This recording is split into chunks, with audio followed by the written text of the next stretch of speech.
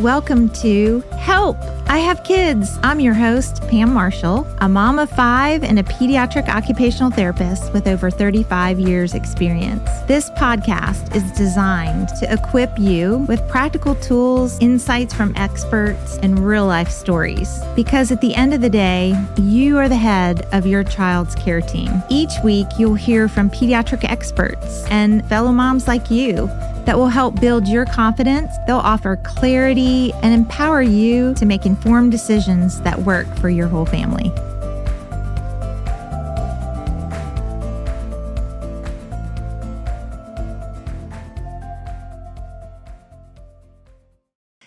Today, I'm joined by someone who has a mission of helping children and families with ADHD, Tyler Dorsey.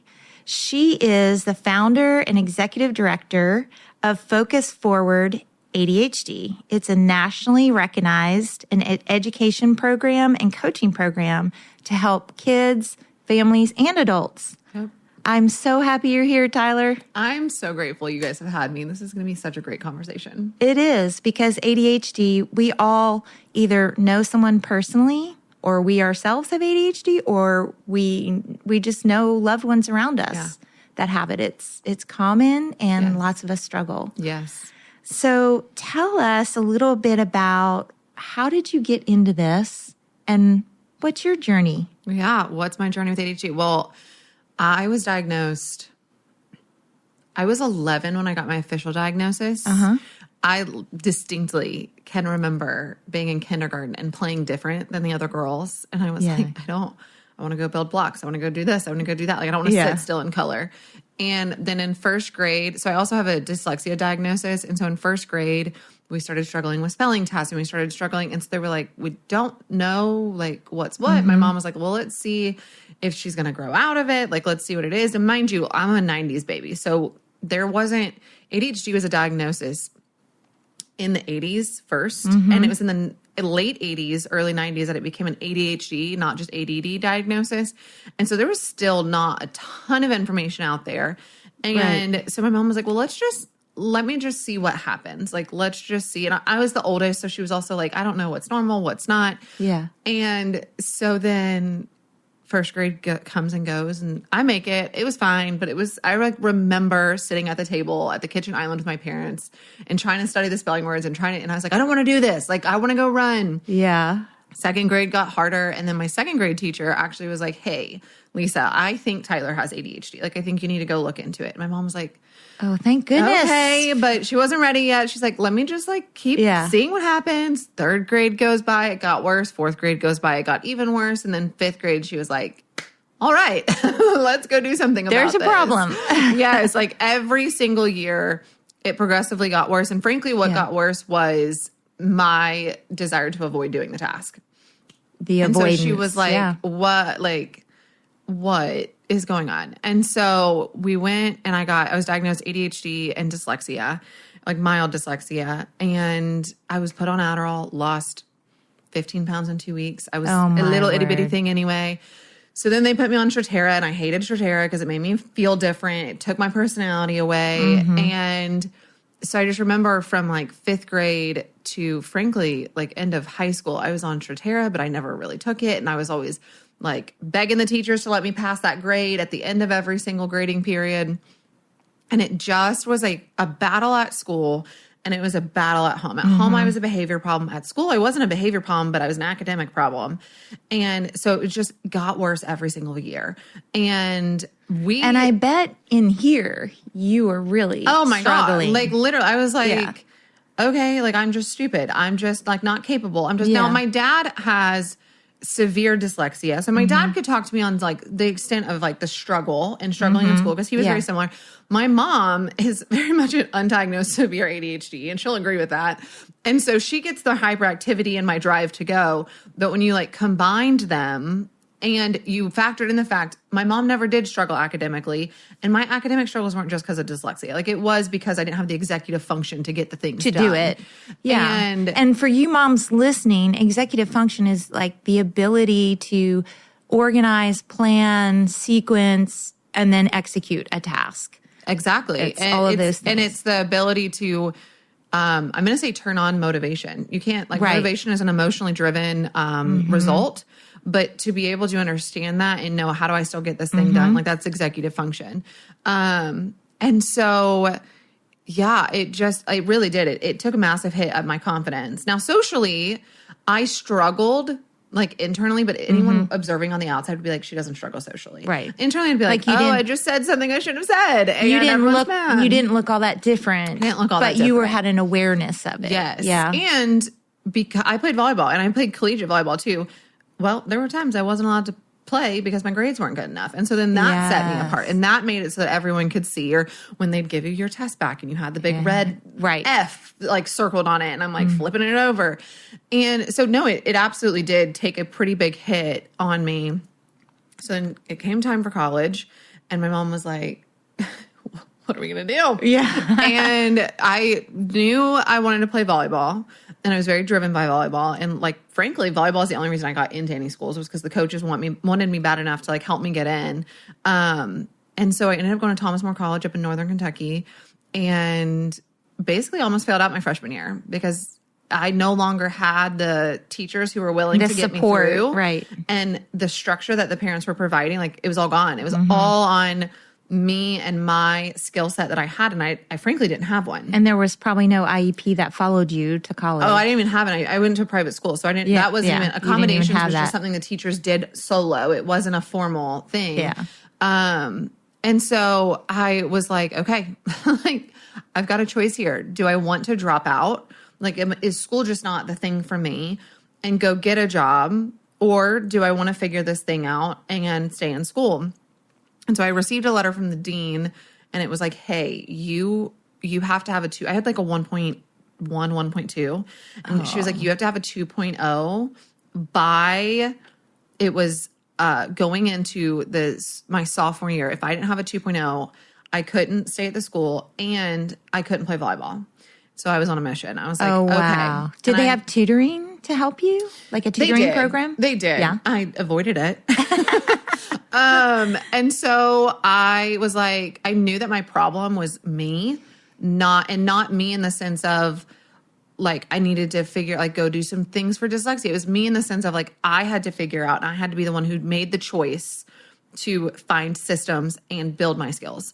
Yeah. And I knew that. It's amazing that you had the ability in that emotional state to make that decision on your own, to say, I'm going to decide to figure this out. Yeah. Like that takes a lot of courage. And self-awareness, frankly. Self-awareness, yes. And I honestly think it boils down to school wasn't the only thing I was avoiding. Like I'd avoid hard conversations. I'd avoid cleaning my room. So I just knew it wasn't a school thing. Yeah. Like school was the most obvious thing because it requires you get a grade for the executive function skills you have, so to speak. So that was the most obvious, but it wasn't just school. Was packing really hard for you? Like anytime you had to pack for an overnight volleyball game or trip or? Yes and no. I frankly don't remember a ton of packing stuff when it came to, I just remember like I'd take all it down in my mom's room. And in college, it wasn't as big of a deal because my coach would text out the whole team and be like, hey, this is what you need to make sure you have. Oh, so you would just follow the list. Yeah. So I would just follow the list. Plus, mind you, and this goes into the interest versus not interested, I was locked into volleyball. So I wasn't going, I was a starter. I was I was not going to forget something that was going to prevent me from stepping on the court. Yeah, you knew that you had to have your entire uniform, everything you needed. Yes, and that kind of goes into the like, I knew I was capable because I knew in situations where I was really interested, I would do it great. And so I was like, I know that this is possible. I got to figure out what are my missing pieces that makes it hard for my brain to fire when I'm not interested. Yeah. So that's what started it. So then I figured it out. I had to take 18 hours every semester plus school. Summer school, and I played volleyball, and I worked a 40-hour-week job. That's sophomore, junior, senior year. Impressive. And I was just like, we're going to go. And then senior year comes, and they're like, so what are you doing with your life? And I was like, I have no idea. I'm a psych major or something. Yeah. And I knew I was interested in helping people with ADHD. And my family friend, who's a psychiatrist, was like, you should go look into ADHD life coaching. And I was like, huh? Like, what is this What thing? is that? This was in 2013. And so I Google it, and this conference at the time, what is the ADHD Coaches Organization? They they've now combined the conference to go with the ADHD Coaches Organization in Chad. But at the time, it was just for coaches. And so I called my mom and I was like, hey, can you fly me out to Arizona? I was 21 years old and I was like, I just want to see what this thing is. I can't find a lot of information online. And my mom was like, sure. So we booked the trip. Luckily, we had family friends who lived in Phoenix where it was. And I flew out there. There were maybe 60 to 100 women there. You were probably the youngest. By at least a decade, probably 2 decades. They were all like, what are you doing here? And I was like, well, I'm trying to figure out what this thing is. Right. And then I just ran with it. I went and got a job at Lexington Catholic High School. They'd started the High Marks program. I said, you need help. I'm cheap. Tell me what you can give me. I'll do it. And then I had started Focus Forward while there. And then 4 years later, I was like, I want to have a bigger impact. And so I left. And for the last 8 years, I've been doing this solo. And we've taken Focus Forward nationwide now. It is amazing what you've fun. done. It is so fun. Yeah. So now you have coaches that... We do. We have a team of amazing coaches that literally help from kids to parents to adults to teens to college students, from academics to emotional support, whatever it is, they are all have a variety of training where we really just help make sure that whatever you're struggling with and you have ADHD, we're going to pair you with the coach who can really help you work through that. I would have loved to have you back when I was struggling as a mom with ADHD. I would have loved to have me back then. I know. It would have been quite the game changer at that time. Quite the game changer. Hard to navigate. So as an occupational therapist, I knew a few things, which was great that I could help my child, but I still had a passion for not going straight to medication and didn't want... my husband and I didn't want to just immediately go to medication. We knew that wasn't the quick, the fix, that we put that off as long as we could, really trying to help his brain mature and develop. But it's a struggle. So you moms out there, we get it. Yes. I felt like beating my head against a brick wall most of the time. Yeah. And, it's hard. So tell me, I have a question for you. What's something you wish every mom, well, you're a mom. I am. Tell me about that too, before we dive into this question. You're a mom. I am a mom. I have a soon to be 6, soon to be 5, a 2-year-old, and one due in March. It's so exciting. It's so exciting. We were just talking about how exciting that is. I know. I have a mini me. His name's Teddy. He's been in OT. We've had quite the experience. I went and I was like, guys, I'm telling you, he was 3, newly 3. And I was like, he has ADHD. And they're like, he's 3. And I'm like, I know what I'm seeing and I'm telling you what I'm seeing. And so we went, his doctor was like, you know what you're talking about, so I'm going to take your word for it. And then we went to OT because I was like, I could sense there was something a little more than ADHD just going on, because there was some sensory stuff. There was just some other stuff that I was like, all comorbid with ADHD. But I was like, this, as a 3-year-old, it's showing more.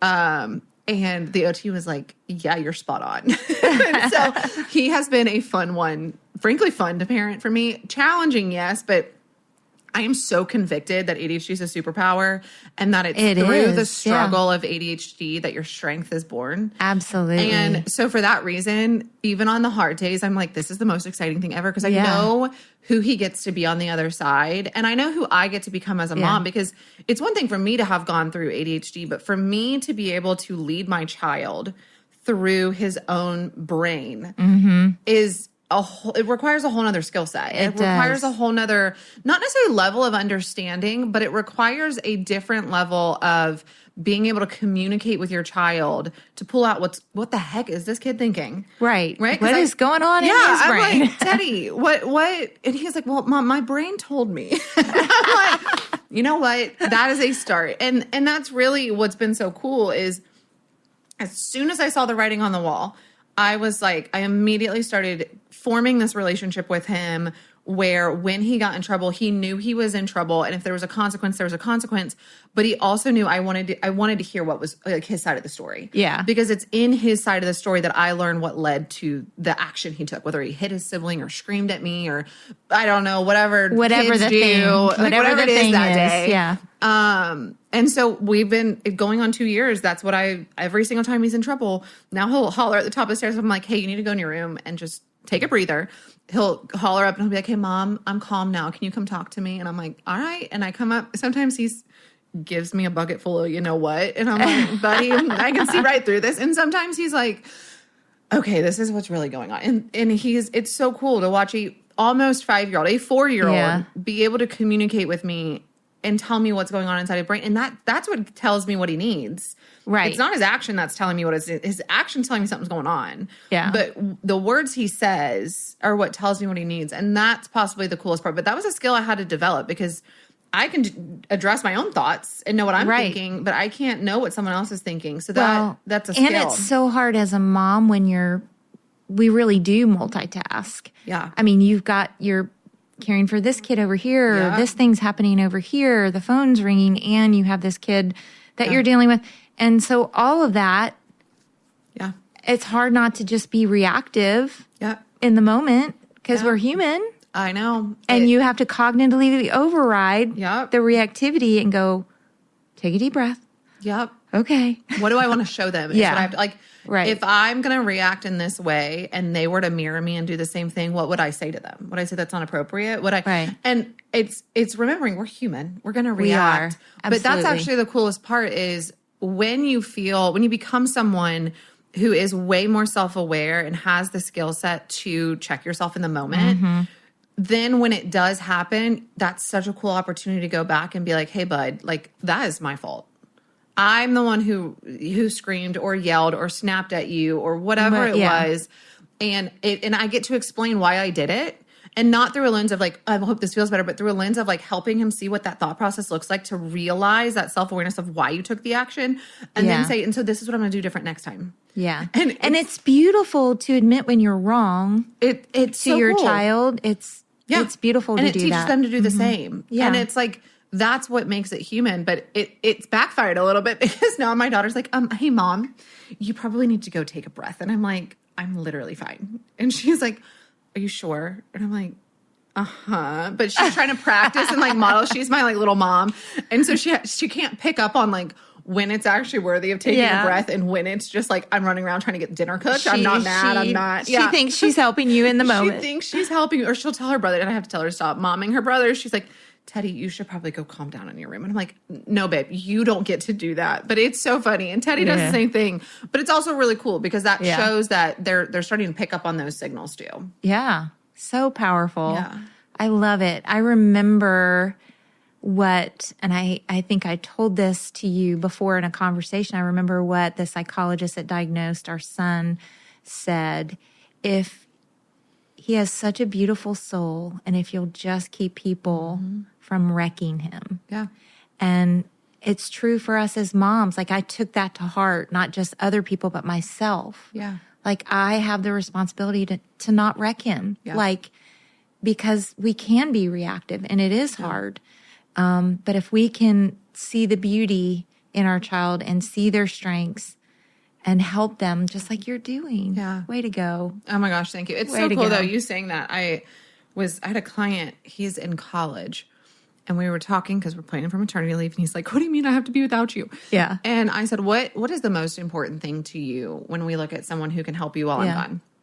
He literally said this. He said, Tyler, you have a way of showing up and making everything positive while still telling me where I suck. Yeah. It's not that that's what I'm saying. He's a very direct person, but it's like, he's like, you call me out, but I never feel like I'm stupid. I never feel like I'm incapable. He's like, every time you tell me what I'm not seeing, you phrase it in a way that makes me be like, oh, I get to go work on that. I get to do this. Or like, wow, like I never saw that before. And like she sees like where I'm at and what's possible. And I think that's what that looks like, is being able to kind of call them on it whenever you need to, bring awareness to it, while also being like, hey, this doesn't mean we're fixed here. This just means like this is where we're at. Yeah. And guess where you get to go. Yeah. And so that's I mean, and that's also a parenting skill. Like if I could get a way to just implant that skill into every single mom, because it is a skill. You have to practice. It takes your own like ability to stay calm, cool, and collected, your own ability to be convicted in what's possible on the other side, as well as the ability to gain the knowledge of who your child is while also holding the knowledge of what ADHD is. But when you can practice that and get to that place as a mom who your child always is seeking to be able to find like what's possible for them or their comfort or their next move, they're going to be so much more confident in their next move because they're just seeing it come out of you. And I think that's what was so cool is I was like, I heard that from him. And that's something I've worked like extremely intentionally on. But I was like, that's really cool to hear because that's what we're all about at Focus Forward is whether it be for the parents or the kids, like helping you call yourself out when you need to be called out and say, but here's what's so possible. It doesn't mean it's not possible. It just means this is a roadblock we got to work on next. Right. Yeah. That's where they're stuck. Yeah. It's so cool. Good. That's kind of answering this question I had is what's something you wish every mom who has a child with ADHD, what's something you wish they knew? So you talked about that skill. Is there something else you wish they knew? There's so much, but it is so hard to be in the throes of ADHD, especially when you have tried so many things and literally nothing has worked. Yeah. But I think the number one thing as someone who has ADHD and was always failing and was a behavior problem, like my parents cheered when they dropped me off to college because they were like, peace and quiet in our home. Like I was just. Get out of the house. We're done with you. They were like, we love you and we'll see you at Thanksgiving. Yeah. And my siblings did too because I have 3 younger siblings and they were like, all stressed out. Finally, yes. I mean, I was wreaking havoc. And what I can say is that was so hard. And yes, it definitely took a hit to my self-esteem.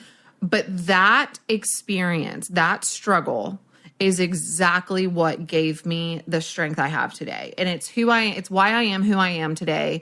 And it requires you to be willing to do something with the hard and to go through the hard. But there is not a thing in this life that doesn't require some sort of pressure for something beautiful to come out on the other side. Diamonds. Absolutely. Diamonds have to go through pressure to become a diamond. Butterflies have to literally force their way through pressure out of a cocoon so they can fly, so they can survive. Like so many things in this life require pressure. And I think, we know why. Like we tend to avoid the pressure. We tend to avoid the hard. We don't want to see our babies hurt. But I think that's where I actually get excited. Yeah. So I'm like, yes, we're failing. What do we get to learn from this? Like, who do we get to become? And I know it's so hard, but I also just know that's the part of the recipe. It's Miss Frizzle. Let's get messy and make mistakes. Oh, my kids are watching Magic School Bus right now, and I'm like, this makes my little 90s heart so happy. It's the best. Magic School Bus, she had a lot of smart things to say. So moms, that's encouragement to you. Like, you feel like you've tried everything and nothing's working, but keep going. Yeah. Keep going and don't let your kids get away with stuff. Like don't let your ADHD child get away with it. No. You got to challenge them in just the right way and encourage them and love them. So that's really wise. Yeah. Wise. ADHD, and you've got to go do the digging to figure out what aspect of your child and their ADHD is the one that needs strengthening. But ADHD and becoming someone who can very naturally and like know it like at the back of your hand, operate day in, day out without the chaos.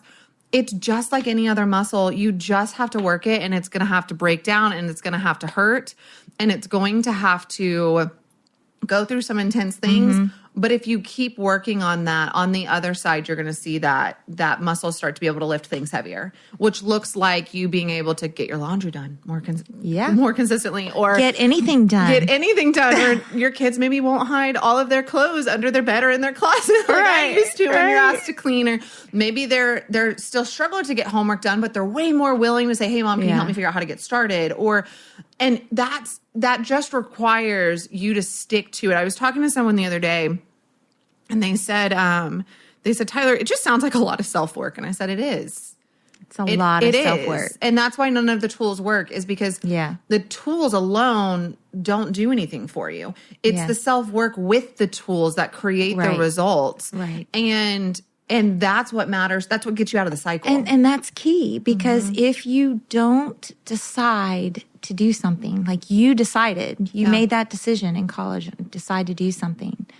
You know, I do see adults that still struggle and they're not deciding to do something about it because there's so many tools, but they have to take the action. The adult has to take the action. Yep. So there's probably moms listening that have ADHD that possibly need to do that too. Do any of your children hyper focus? Oh, I would say we're too young to like really know so far. I can see it in Teddy. He loves to build. Like, I mean, we're talking about the kid who, like, if I was like, hey, Teddy, we got to sit through this dinner and it's not a dinner, he's excited. We are the whole time redirecting. Yeah. But if I've got, like, there's these little toys that have, like, you build toy trucks and it's got the screws and all that. That kid, since he was like 3.5, can put those things together and he locks in. My daughter, she's got some traits of anxiety.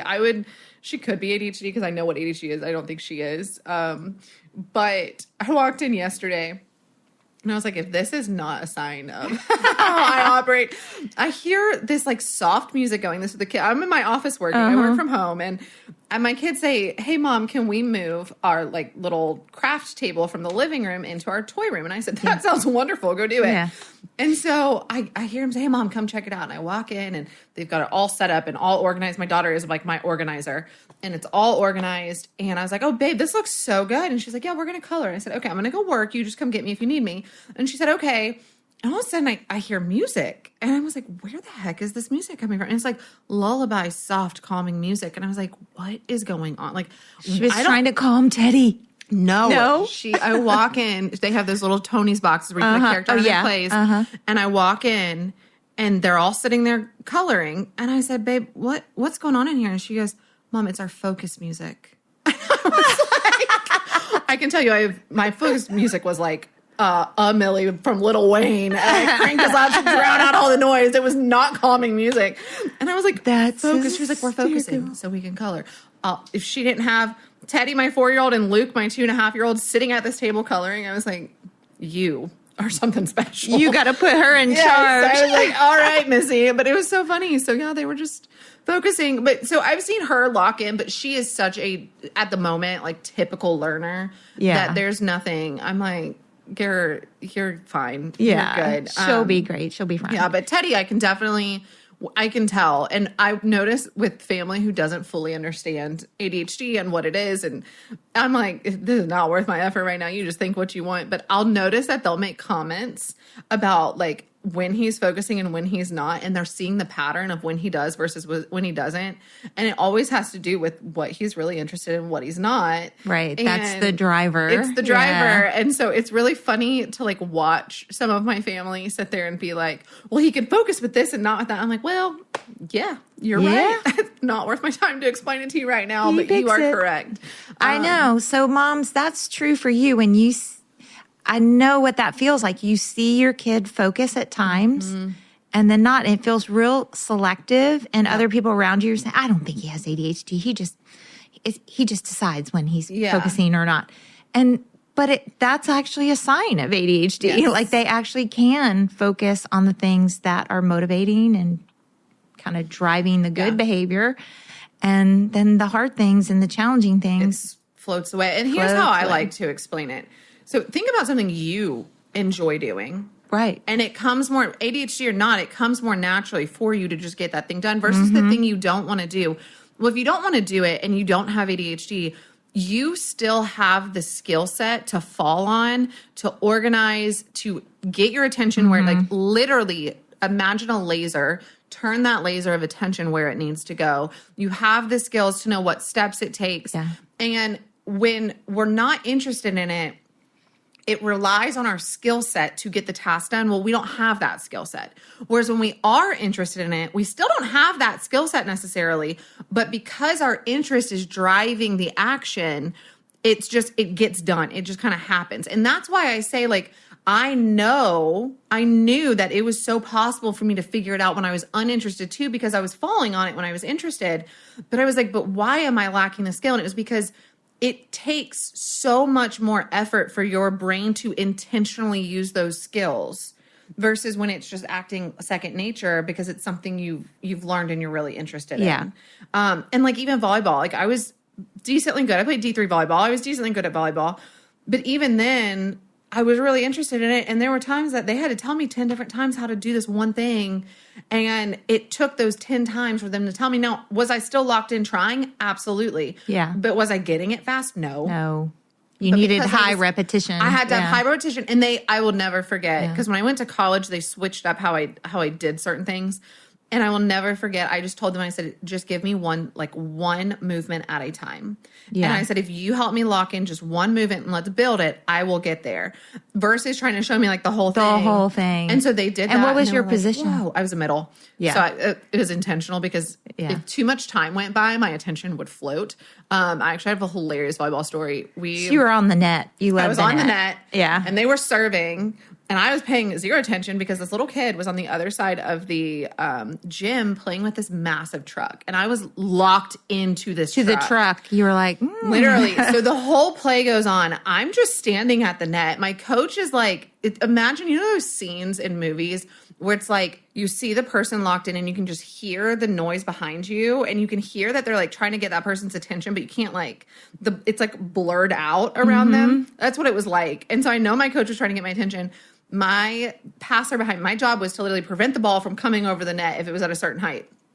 My passer behind me, I didn't get it, got drilled in the face because I was paying no attention. And you were looking at the truck. Out. Yeah. And he was like, what are you doing? And I was like, there's a really cool truck over there. And so again, something I was locked into. You were like, I just squirreled. And that's just to show even when we're interested, there are going to be things we miss because we are still missing this skill set that needs developing. Yeah.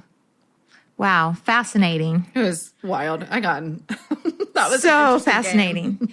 Well, there's so much mom guilt. Yeah. Like when you're raising a kid with ADHD, because like we talked about before, we're not perfect. We're humans and we make mistakes. And what are some strategies that work for you? I know I can share one real quick that worked for me. Is I would have to actually say to myself, okay, you messed up. Now you need to forgive yourself. Because I'd be so hard on myself. Yeah. And then I would have that perspective, like if I felt like I failed that day, like I had more, angry responses than loving, supportive responses, I would just go, okay, I'm going to take a deep breath. I know tomorrow's a new day. And I'm going to start all over fresh. And I'm going to let this go. And I know that was a strategy that really helped me forgive myself and helped me start fresh again and not be beating up on myself for messing up. But what's the strategy you use as a mom? Or I was going to say, honestly, my mom's strategy is the same strategy I've been using with myself since college. And it's that I'm human. I'm going to make a step that I don't agree with, that I'm frustrated over, that I'm embarrassed about, whatever it is. And what do I want to learn from that? Yeah. And as a mom, have there been times I've had mom guilt? Yeah. But frequently not really. And it's not because I think that I'm this amazing mom. It's because I'm just so convicted in the fact that that situation was intended to teach me something. I get to decide to use that as a lesson and do something different next time. Now, I could try to do something different next time and get the same result or do the same thing again because it takes repetition on my part. But that's where there's this, they call it the, what is it called? The emotional, I can't remember what it's called right now, but basically what it explains is a lot of people, you have to go through a valley of despair to get to the other side and be successful and get the result you want. And so anytime those moments happen, I'm just I'm in the valley and I'm so excited to see what comes out on the other side. Yeah. And so it's not that I don't necessarily feel the guilt, but it is that I move through it pretty fast because I'm just, at this point, I went from such chaos with my ADHD and a point of my mom being can she ever live by herself? Yeah. Can she ever do anything? Can she, yeah. I had those thoughts too about my is she going to have to live in my house for the rest of her life? Right. To someone who's thriving. And I know who I had to become and what I had to go through, that I guess now when I get through those moments that create the mom guilt or create that, I'm just genuinely this is just another part of who I get to, I'm so excited to see who God's crafting me to be. Yeah. That's how I really look at it. So it's not really that I don't have the guilt, but it is that I move through it pretty fast because I'm just so convicted now in the process. That's got to be a part of the process. I feel like I was same. I would move through it pretty quickly, but I know I hear it. Yes, I hear it frequently. Don't you? I hear it a lot in parents. Yeah. And I think it's just they don't have the tools yet or the education yet to help them with it. I think when I think about it too, and I think about what tools don't we have? We could read so much on Google and so much on ChatGPT and so much on everything, in moms groups. And I think this is where we've got a lot, a lot of the moms I talk to, know what ADHD is. They know what the tools are, but it's that parenting skill set to be able to apply that and go pull out who your child is and how they think and pull those two things. And I think that's where like my conviction comes, like this is a part of the process because I have that skill set. And that's what we help teach parents how to develop is like, how do you develop this skill set so that when the hard comes, you're so convicted in your own ability to help work through it, even if you don't know at that moment, that you're just like, we're going to figure it out. Like this is hard, but we're going to figure it out. We're going to figure it out together. Yeah. So it really is the skill set of meeting your child, who your child is, not just the diagnosis. Yeah. That's good. Yeah. So good. And, you know, parents love tips. So I feel like we should talk about that a little bit. And, you know, tips for organization, routines, how to get out the door, you know, some of those things that just are the everyday struggle. And I can share some things I did, and maybe you can share some things you did that would be helpful. So one of the things I did is I realized that my son did not need me yakking at him all day, you know, just the talk, because he wasn't processing it. He wasn't able to hear it. He wasn't able to take action. So I knew that was an ineffective way to communicate with him, and I had to look for other ways. So I learned, because I'm not naturally a good nonverbal person, but I had to really work at nonverbal communication. Yeah. And we developed this whole thing, and then I taught it to all my kids, and it ended up being a really beautiful thing. So when he needed my attention and I was in the middle of a conversation with another adult, or maybe I was on the phone or something like that, he would come up and touch my arm. And that meant, I taught him that meant, hey, mommy, I need to talk to you. Yeah. And then my response back to him is I would take my hand and put it on him. So that would say back, hey, bud, I know you want to talk to me. Yeah. Just wait. And so he would wait. And that nonverbal cue helped him stop interrupting me. Yep. And helped him know he can't get away with that behavior. And I hear him and I know. And depending on their age, like when they're pretty young, you might need to say, hold on just a minute, and turn and say something to them, you know, because if they've been waiting a minute, they maybe can't wait 5 minutes. Maybe you need to turn and say, okay, what is it that you need? And if they get it out, you can say, okay, I'm going to get off the phone in a few minutes and I'll talk to you about that then. Or give them the quick answer if it's a quick answer.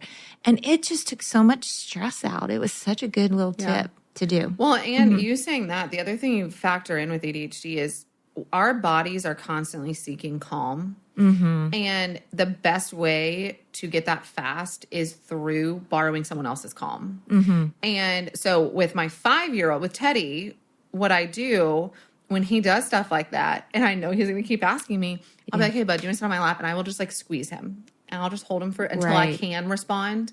And he doesn't usually ask me anything else. Now, I'm not going to do that when he is 15 years old. But what I can tell you as an adult, I still do, is whether it's my husband or someone, whoever's close to me, I'll grab their hand and I'll just hold their hand to try and like get that calm and get my brain to silence when I'm like wanting to interrupt, or I have something I want to say, or something's like making me frustrated, and I'll just like sit there and I'll be like, don't talk to me. Just hold my hand. Yeah. You know, so like that's also really cool because that helps them borrow calm from you, because through that physical touch, you can create that. You can do it. Yeah. That's and really cool. as an OT, and that's something great, you can learn, moms, if you take your child to OT, there's a lot of deep pressure and so much joint compressions and so many little tips you can learn to automatically give your child once you know what your child needs, once you understand their sensory needs. But I think nonverbal communication is so powerful. So powerful. And is a skill all ADHD moms need to have in their pocket. They need to learn how to communicate nonverbal. And even things like when he would come in the door, I had a picture schedule and I would just point to it. I wouldn't say anything. I would just get eye contact with him, and then I'd go like this and point. And that was enough to direct him without using words where to go and what to do. And it just is so kind to him. Yeah. because he couldn't process me going, okay, now put your backpack down and do this. And blah, blah, blah. Right. I mean, he just couldn't process it. Yeah. And when I like think about it, because I actually do that with a lot of my parents. And when I think about it, kids get sick of the nagging, and you get sick of nagging. And whether that's the intention behind what you're doing or not, that is how you always feel and how they always feel. Is it's like, I have to remind them 1,000 times. And like this, and so that also saves your energy, because you just, however many times you got to point, you just point, and then it saves your energy. And in my opinion, it saves a lot of your relationship with your child, because you do the same thing consistently every time, whereas the same words don't always come out of your mouth. Right. And if your emotions are heightened, you might give a look, which is fine, but you never know what words might fly out of your mouth. And so I think that's the other really cool thing about that is it helps on so many different levels when you're navigating that tension in those moments. Right. And scripting, moms, do not script things for your ADHD child, meaning you don't say, well, we're going to pack up and do this, and then we're going to get in the car, and then we're going to go here, and we're going to get lunch here, and then we're going to go to the park, and then we're I mean, they can't handle scripting. And besides, it gives them an opportunity to push back if they're in the middle of something they're wanting to do and they don't want to do all that. And you know, I love that V of love where you don't give them many choices when they're young. Yep. And as they grow and develop, you give them more and more choices rather than this way. You don't script and tell them everything. It's just not helpful, and they're not processing it. Yeah. So, you know, those are like some tips. What are some of your tips? Oh my goodness. I really think that I'm just go back to like the biggest tip I have is to, in the moments when the things you've tried haven't worked, just have a conversation with your kid, because they're gonna tell you what's going on inside their brains, and that's gonna tell you why it's not working. And so because I think about even what you and I just shared, like pointing, someone's gonna say, oh, well, we've done that and we've done it consistently and it's not working. Well, I want to know, what's your child thinking? Right. What are they in the middle of? What are they in the middle of? When are you using what on that? the list is overwhelming them? You might be like, well, it's just your backpack that's got to go here. But they might be like, okay, well, I got to get all this stuff out of my backpack. Or what if I forget this? Or what if I need that? They might be overthinking it. What is it that's going through your child's mind? They might say, actually, one of my clients sent me, they did a exercise with her daughter. And it was like telling how she feels about certain circumstances. And I was like, this is really telling. Yeah. Like every tantrum they've ever told me about aligns with a circumstance that she said was either uncomfortable or made her embarrassed, and I was like, there it is. I can give you all the tools. We can pressure all we want. But until you help her walk through mentally what is hard for her in those situations and combine it with the tools, it's not going to create, you're going to see improvement without that, but you're not going to create the lasting results where you're like, wow. And you're not going to create the results where she or he can go and independently problem solve on that level. Yeah. And so I think my biggest tool is just to like create a space to have conversation with your child. And like I said, my 5-year-old, he's been doing it for 2 years now, comes and says, Mom, my brain says, it started with my brain says I needed to bite them. I was like, well, what about your brain said you needed to bite them? And then before I'd know it, I'd get out what actually happened and why he reacted the way he did. And so now I'm like, okay, well, first off, I know. He's a fighter. Yes. I'm like, well, your sister definitely poked the bear and she knew what she was doing. Or I'm like, buddy, she didn't mean to bump you. Right. And he's like, oh. And so then I give him, it started with, I was like, okay, next time your brain tells you to bite someone, run and tell mom. And so he'll run and he'll be like, oh, I need to bite someone. But now it literally went away, biting, hitting, whatever it was, because I created the pause in between by saying like, come and tell me, or like, come and I'll grab an apple and bite an apple or whatever. And I just started to try to create a pause so his brain had to think about it.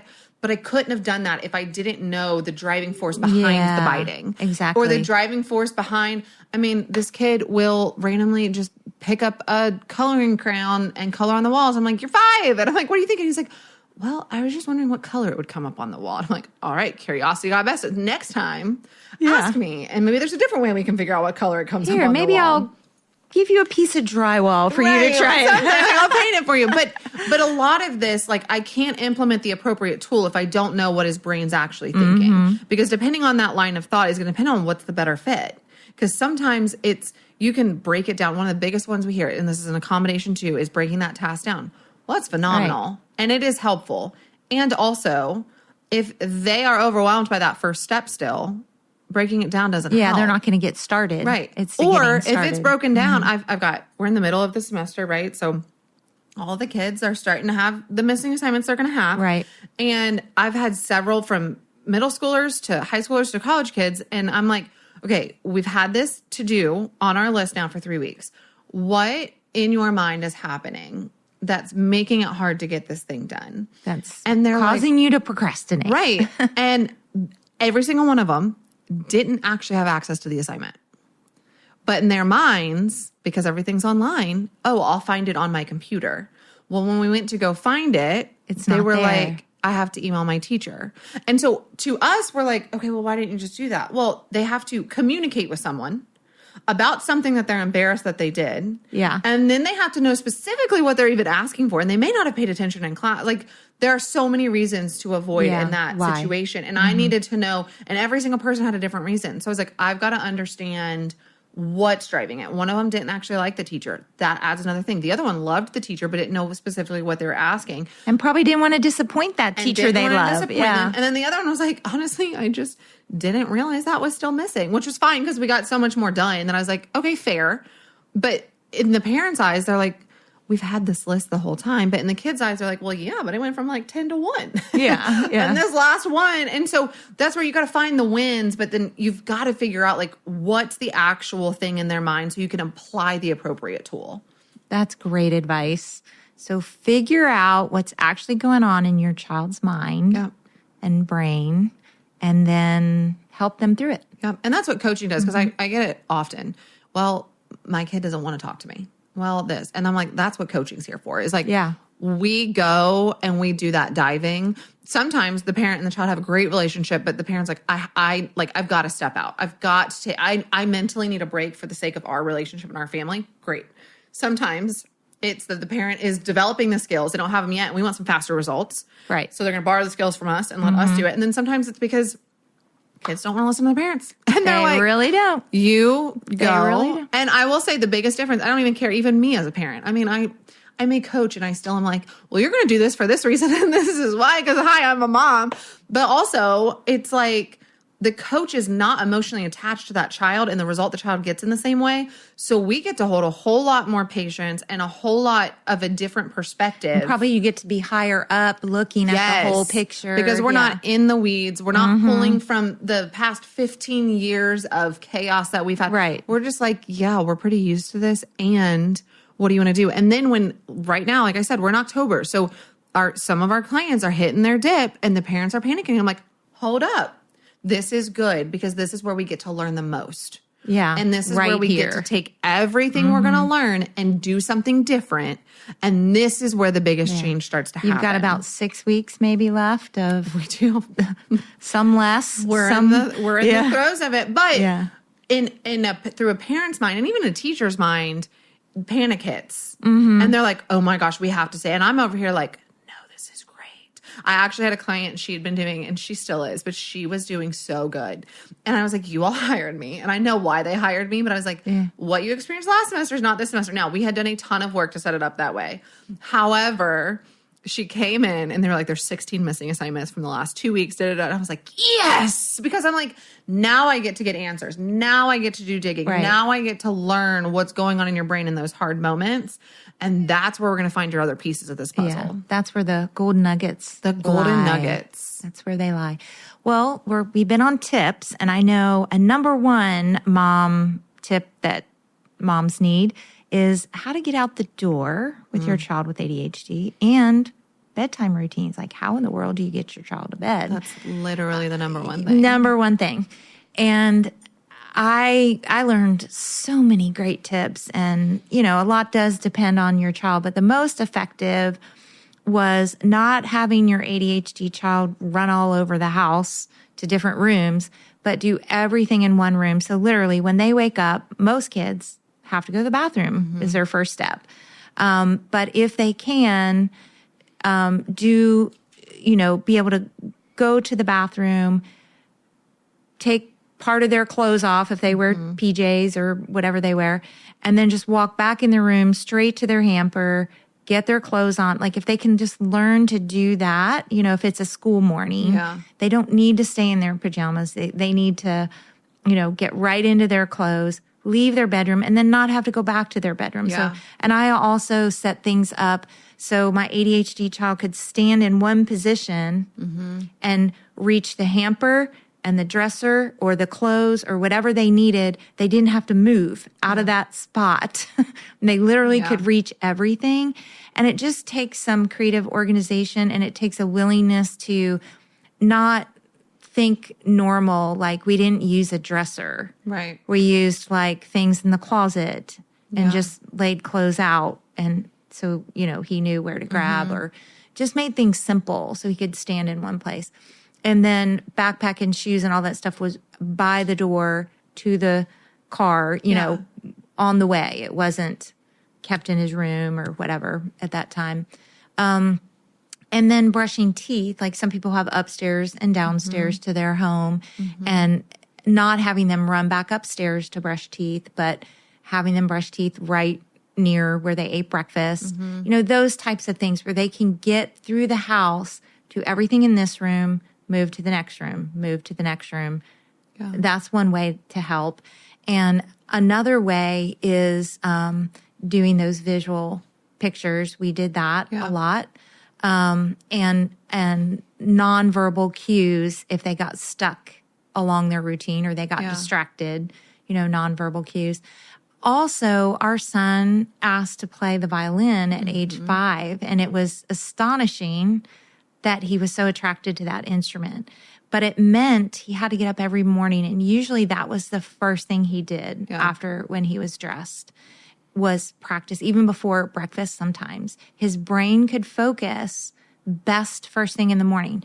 Now, was it painful at 6 a.m. and the whole house was hearing, you know, they were hearing this awful violin practice. No, it wasn't awful, but it was morning time. It was morning, and we just had to get over it because that's what he needed. He needed that practice first thing in the morning, and he could get 20, 25 minutes in of focus work. Yeah. And then go about the rest of his morning routine. But morning routine, what works for you? Honestly, I would say there's not like one specific routine, but the consistency is always, it's simple and it's consistent. Yes. That's it. A lot of what you said, like I apply some of that, but I've also had clients who are like, well, we've done all that and it doesn't work. And that's where, one, keep everything consistent.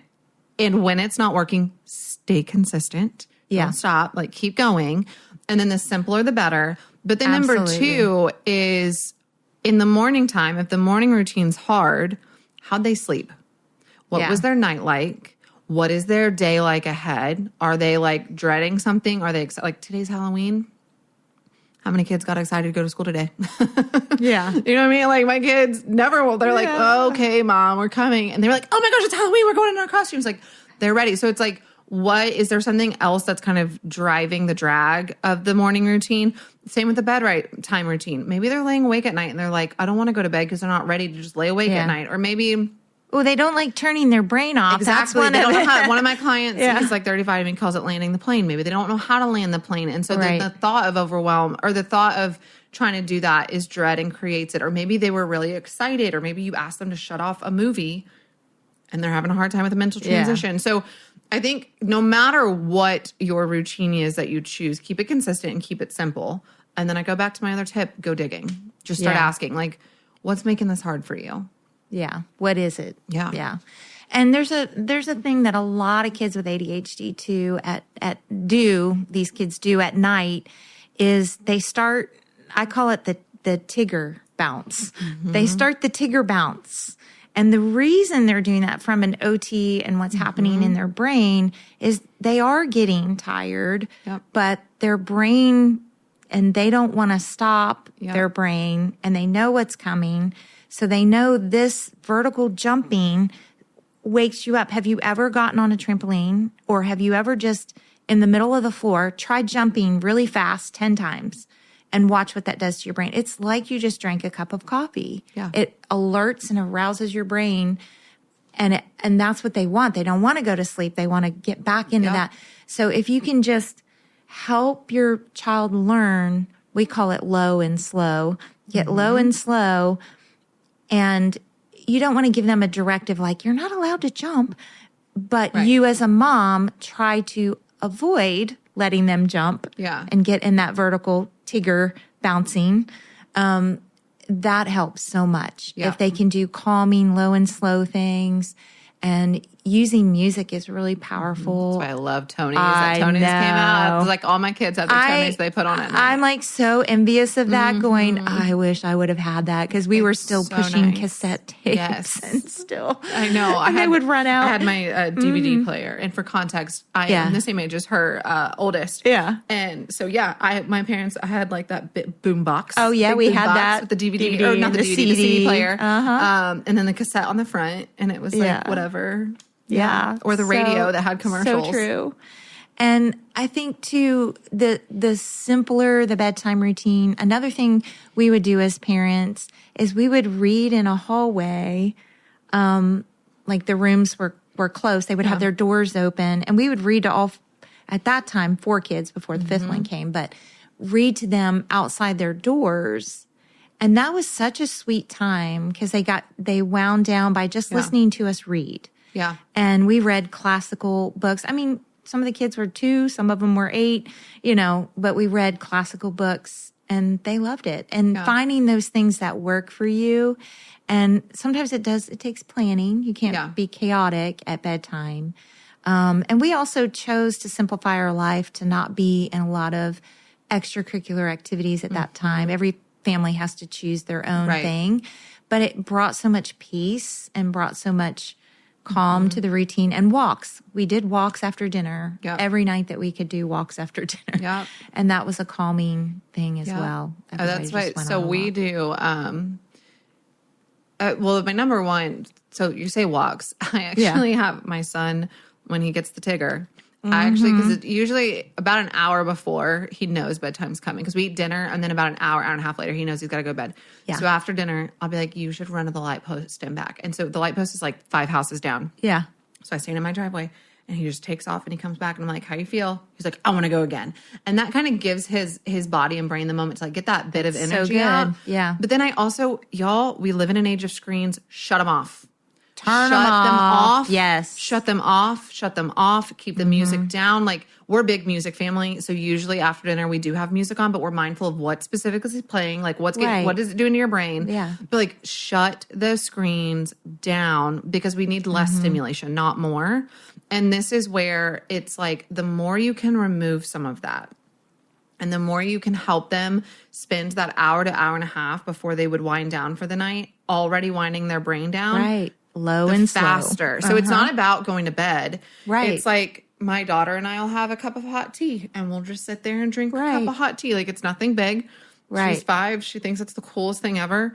But it's like, that's every night. She's like, Mom, can we have some tea? And so it's just like, find something that gets them settled and is that transition. Because ADHD people also struggle with mental transitions, which is mentally shifting your focus from one task to another.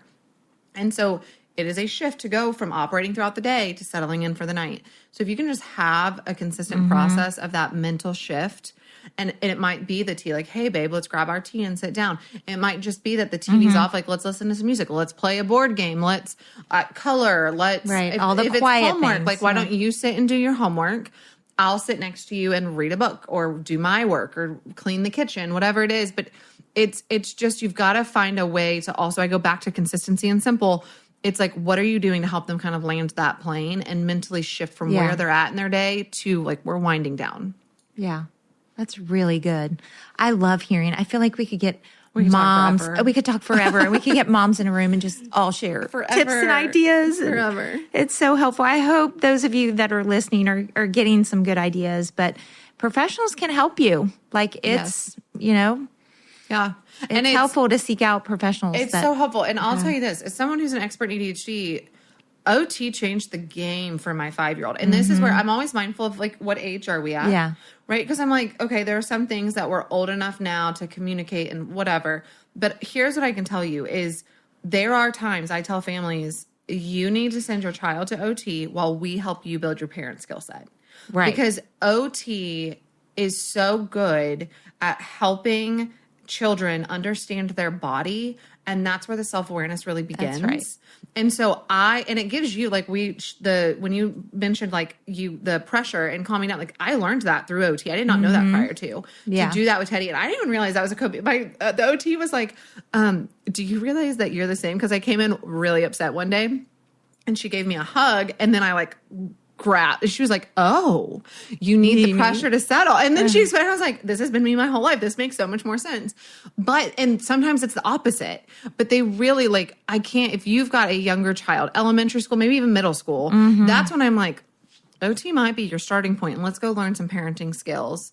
In middle school is where I start to ask, like, what's going to make the biggest difference in this moment? And sometimes it's getting the grades together and like helping them build that confidence. Right. And then we go, but it really is. I'm like, there are times it's coaching and there are times it's OT, and usually we'll end up swapping eventually and you'll go the other one.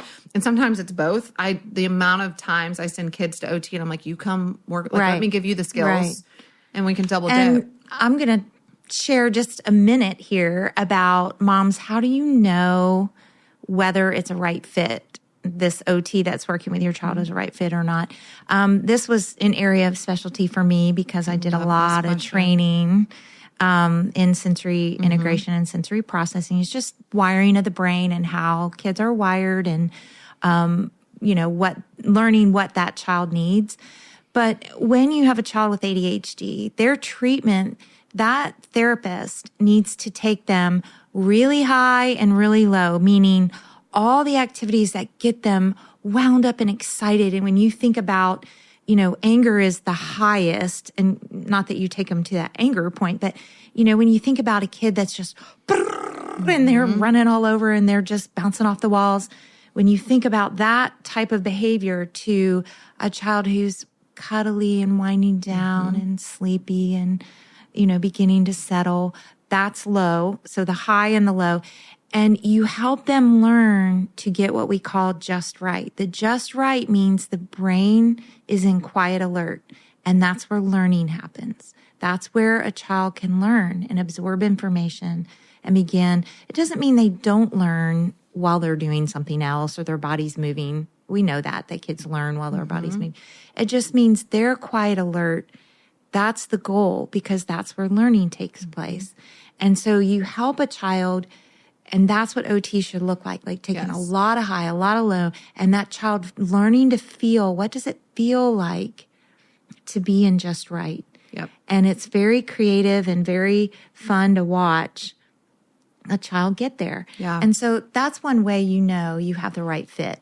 Well, and that's why I recommend OT for younger kids especially, is because one of the characteristics of ADHD is that we do not have the innate skill set to be able to bring ourselves to that middle ground. And OT helps them start to develop that skill set and be more aware of their body in the process of doing so. Because when you're younger, you can't do that just through thought work. You can't just think your way to that. Now, as an adult, you absolutely can get to, we're way more mature. We're way more self-aware. We're making, we can get ourselves more here. Now, mind you, as an ADHD adult, I have to have a combination of both still.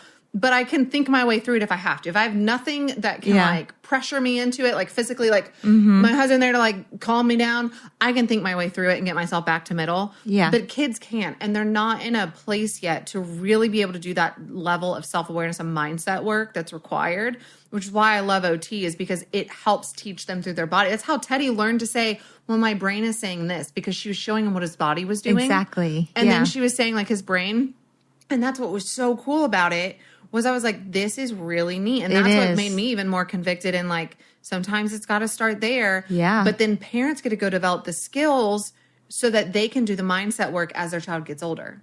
Yeah. And then all of a sudden, you got a high school, college adult who's got the combination of both, because their parents did learned this skill set for them.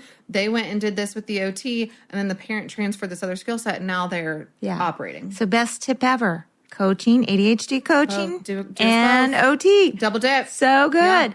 Yeah. Okay, let's share our own personal favorite tip, because I really think I'm undiagnosed ADHD, but something you do right now to help your brain. Okay, I'll share mine first, because that'll give you a minute to think. Yeah. So one thing I do, this is so silly, I'm confessing right now. but I will run up and down the stairs 10 times. Okay. I Like that. just as fast as I can. And I'll make sure I'm in my bare feet or in shoes so I don't slip because they're wood stairs. Yeah. But sometimes I just need to get the energy out.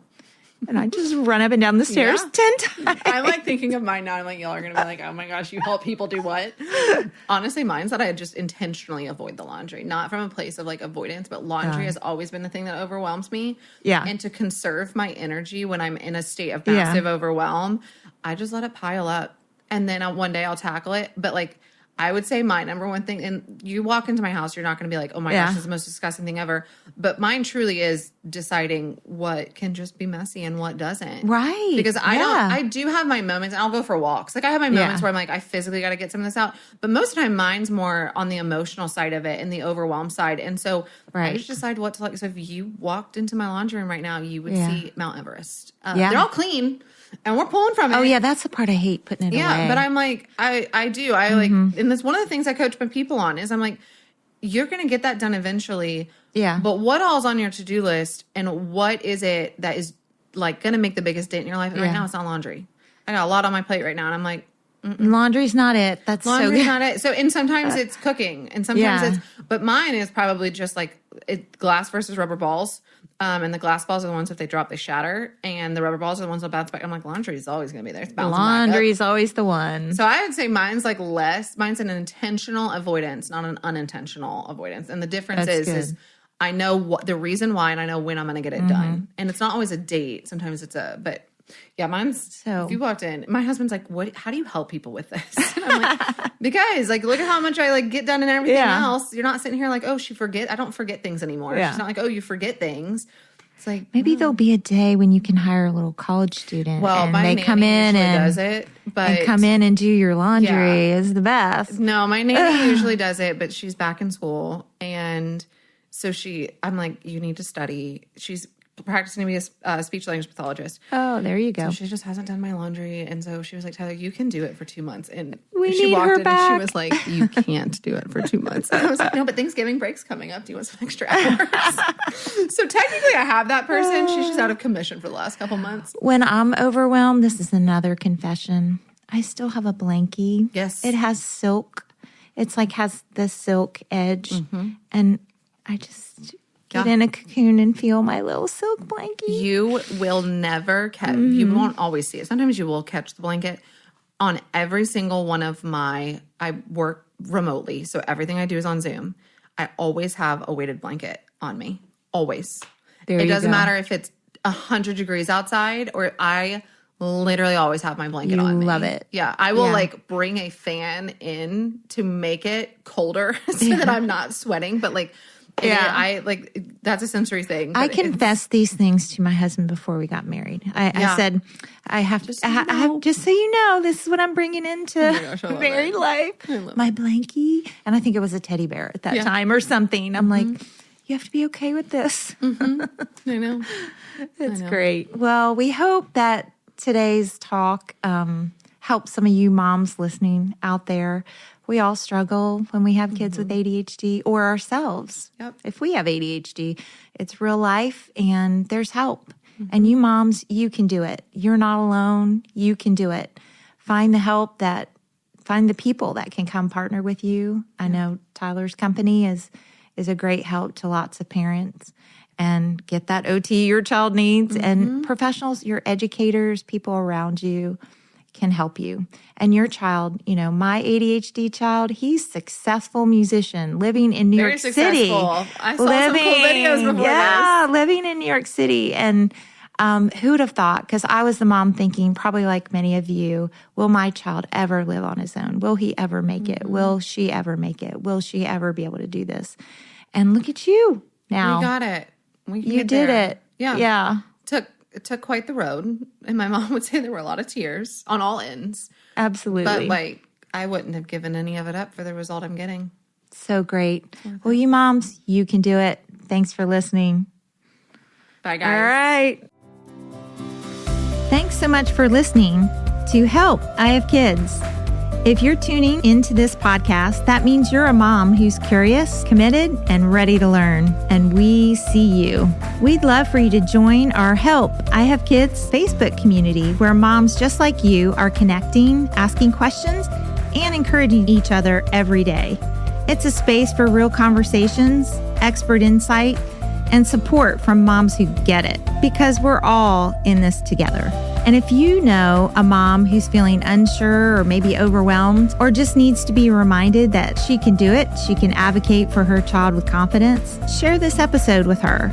We're building a village here, and we're glad you're a part of it.